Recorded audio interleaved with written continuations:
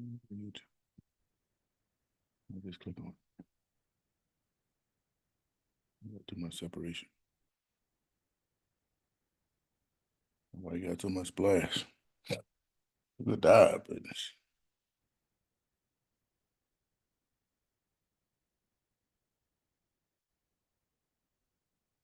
Dive, goodness.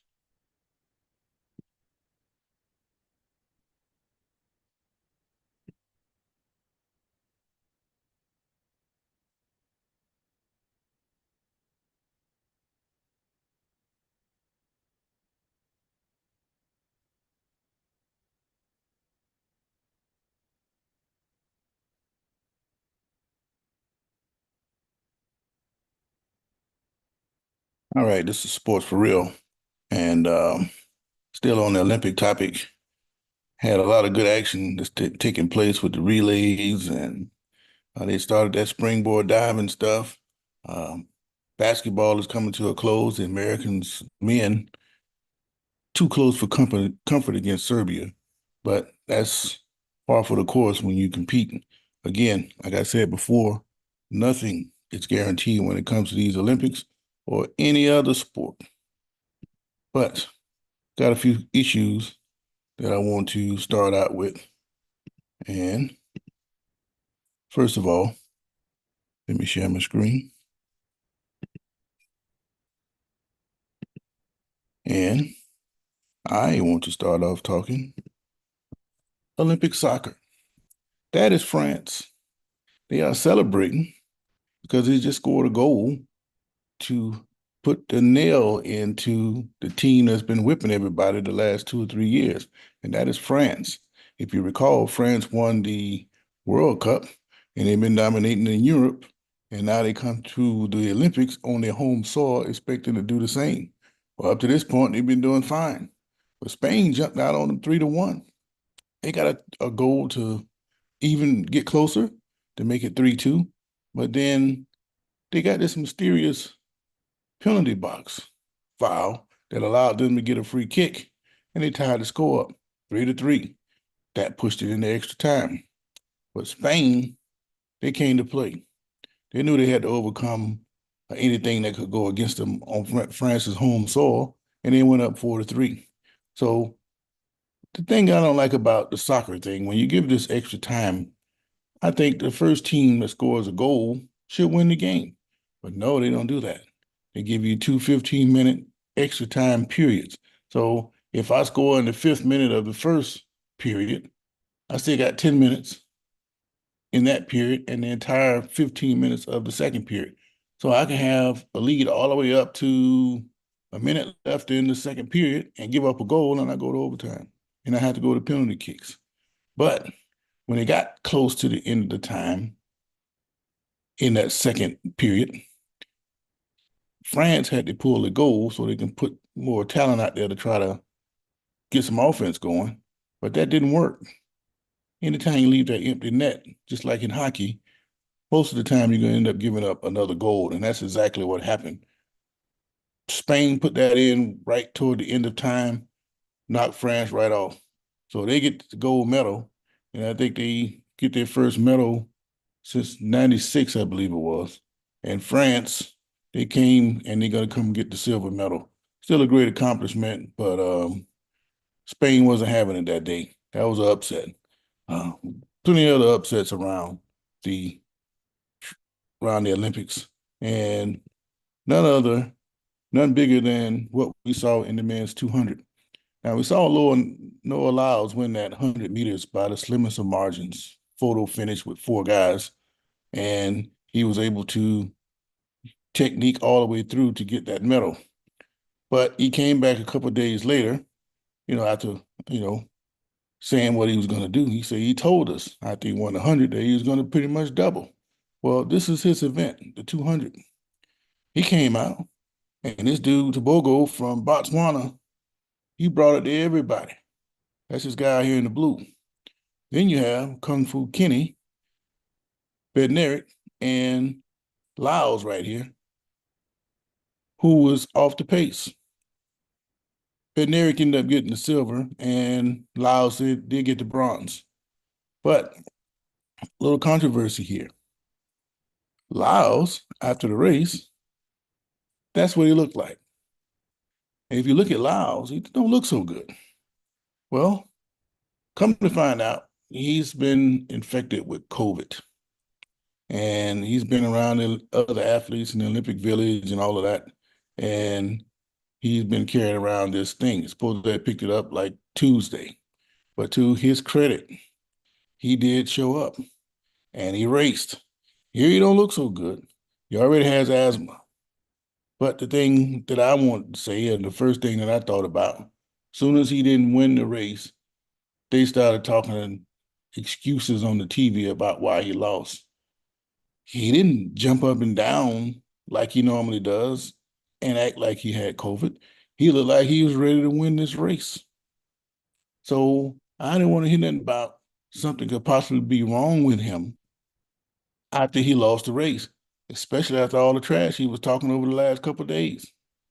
Now, I'm not talking about calling you out kind of trash, but he's just proclaiming about the confidence in what he thought he was going to do. Well, talk the same trash when you lose. And to his credit, he hadn't made any excuses about losing the race. So you have to give him that credit. I'm talking about the people in the media trying to make his excuses for him. He did not do that. That is the ultimate competitor. Hey, man, I told you I was going to whip you.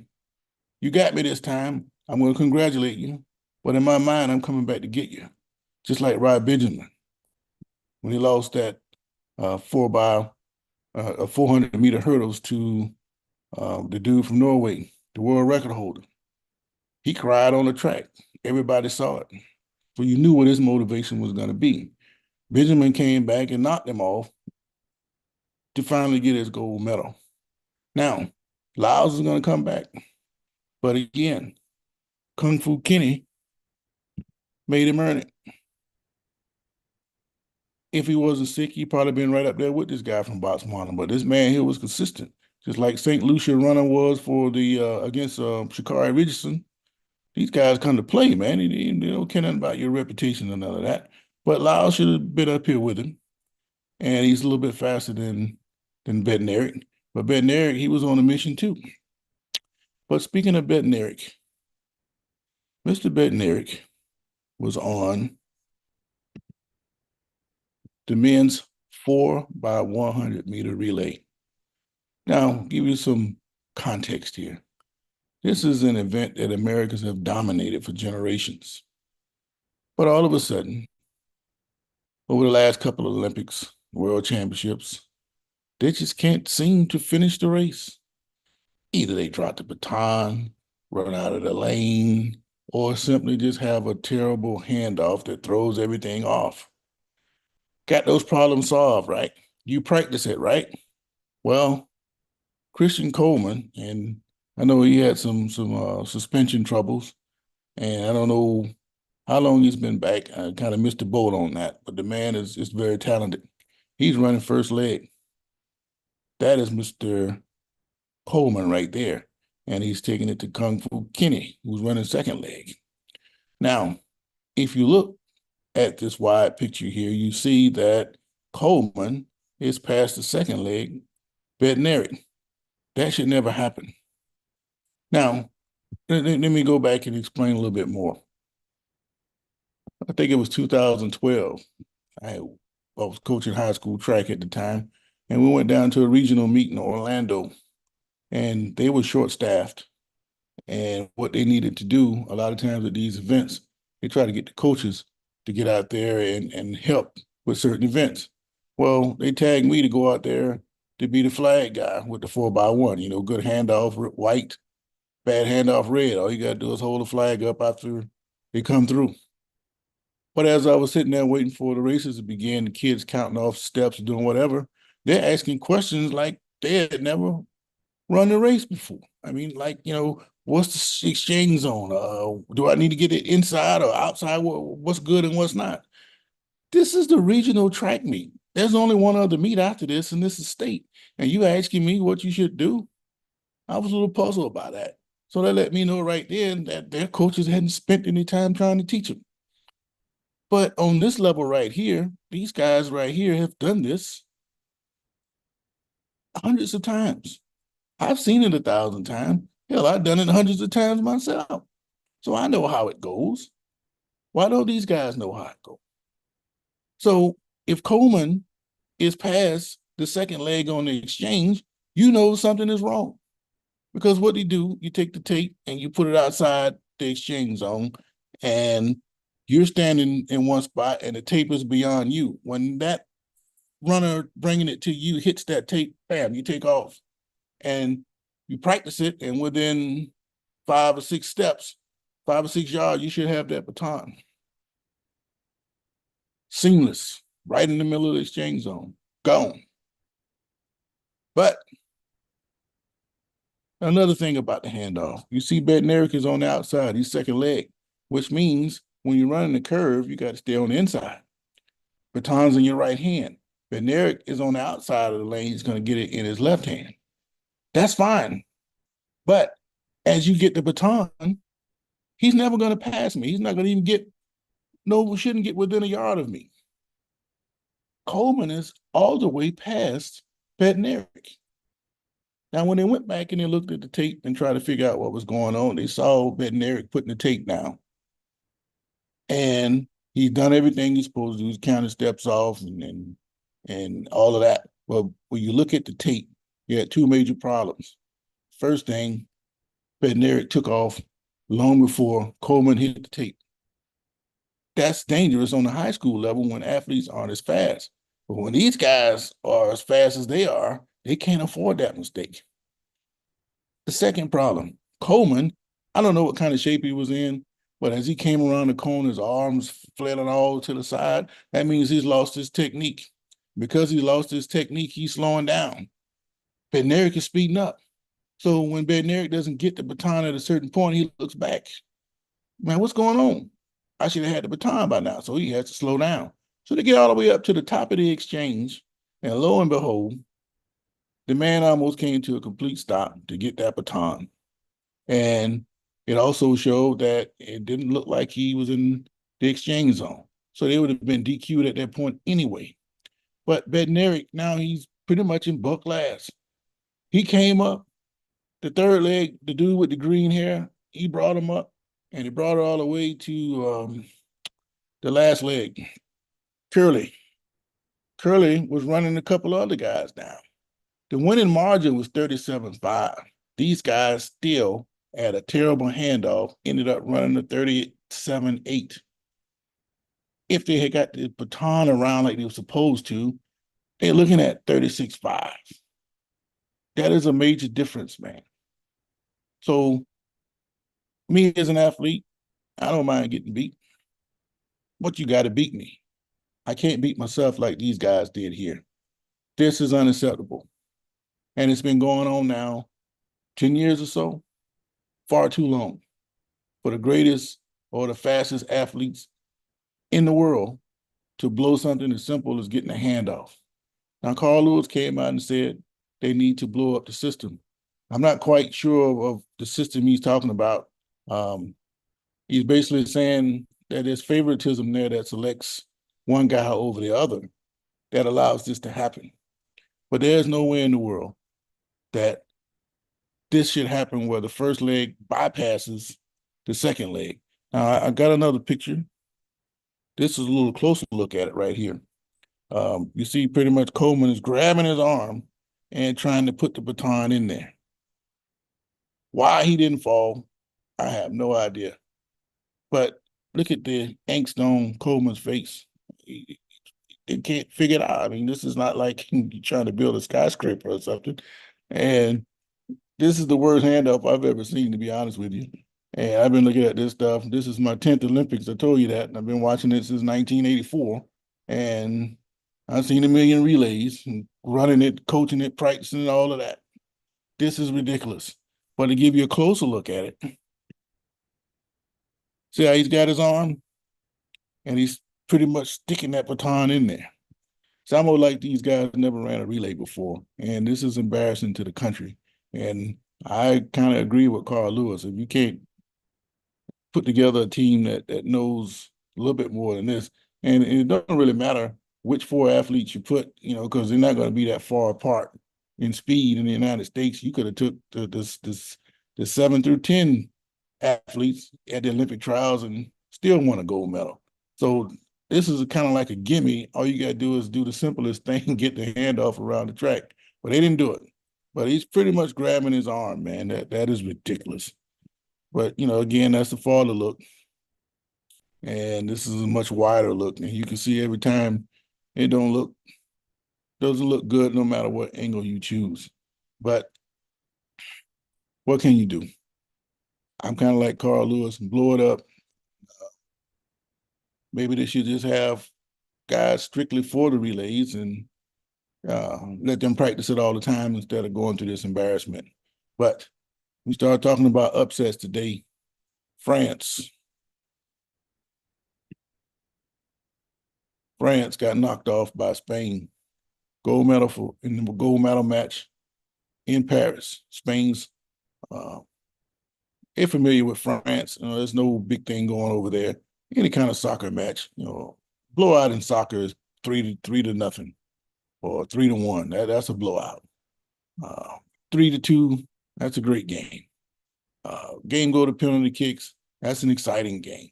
So there's nothing to be fearful about when you go play soccer, because any kick could luck up and find its way into the goal.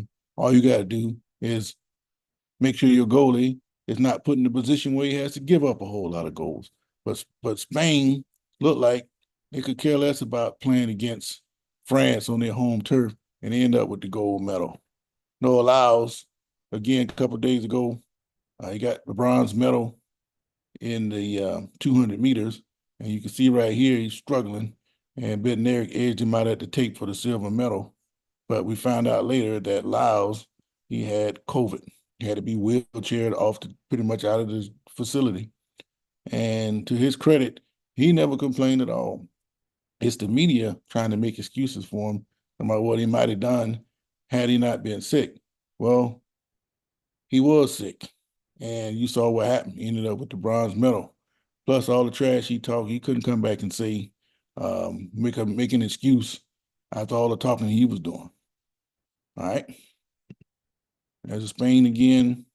And then the atrocious handoffs by the United States 4x100 team, the men's side. By the way, the women, they had much better handoffs. The first handoff from the first leg to Terry, Jefferson to Terry, that was a great leg. The handoff between Terry and Gabby Thomas, it was a good handoff. It wasn't that great. Wasn't as good as the first handoff, but they got it around. Richardson came around, and she got the baton, and she ended up winning the race. But one thing about Richardson, I was starting to worry about her character a little bit. If she's out in front and she's winning, she's got a completely different attitude as when she's not winning. Now, nobody likes to get beat, but you still have to have great sportsmanship. Like in the 100 meters, when she saw that she couldn't win, she pulled off the gas. Well, you're in silver medal position, but Jefferson was coming hot on your tail. Another step and a half, Jefferson would have got silver and not Richardson. This time in the 4x1, she looked over to the right to see, I don't know what she was looking for. And she made this face, like, ha, I got you kind of thing. Nobody's done her like that. So that's kind of bothersome the way she is in certain situations. That's just something I noticed. And I think other people might be picking up on the same thing. But I don't say much about that. But the women did win their 4x100. They got to stick around, something that the guys just can't seem to get together. So again, this is the wider view of it, a little closer view, and the ultimate view, where you see where Coleman is grabbing the man's hand, trying to put the stick in there. That's ridiculous. I mean, I could teach 7 or 8-year-olds to get the stick around much better than that, me and anybody else. So hopefully the United States get that straightened out. But the other world is not waiting on them. Canada, they definitely wasn't waiting on them. They're standing on the podium with a gold medal.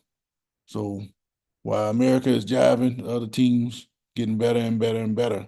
So as long as you keep putting out products like this, you're gonna keep getting the same results.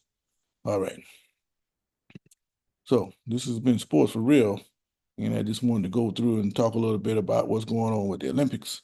Um, got the 4x400, 4x400 relays coming up today, and you got the gold medal game with the American men.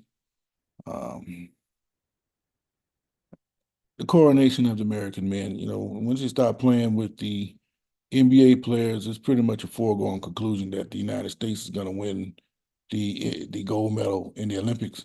Been not always been as dominant as they could be, but at the same time, it's a foregone conclusion. They know it, and that's why they don't even stay in the Olympic Village. They go stay out somewhere else with their families, and they just separate. They're not really Olympians, as far as I'm concerned.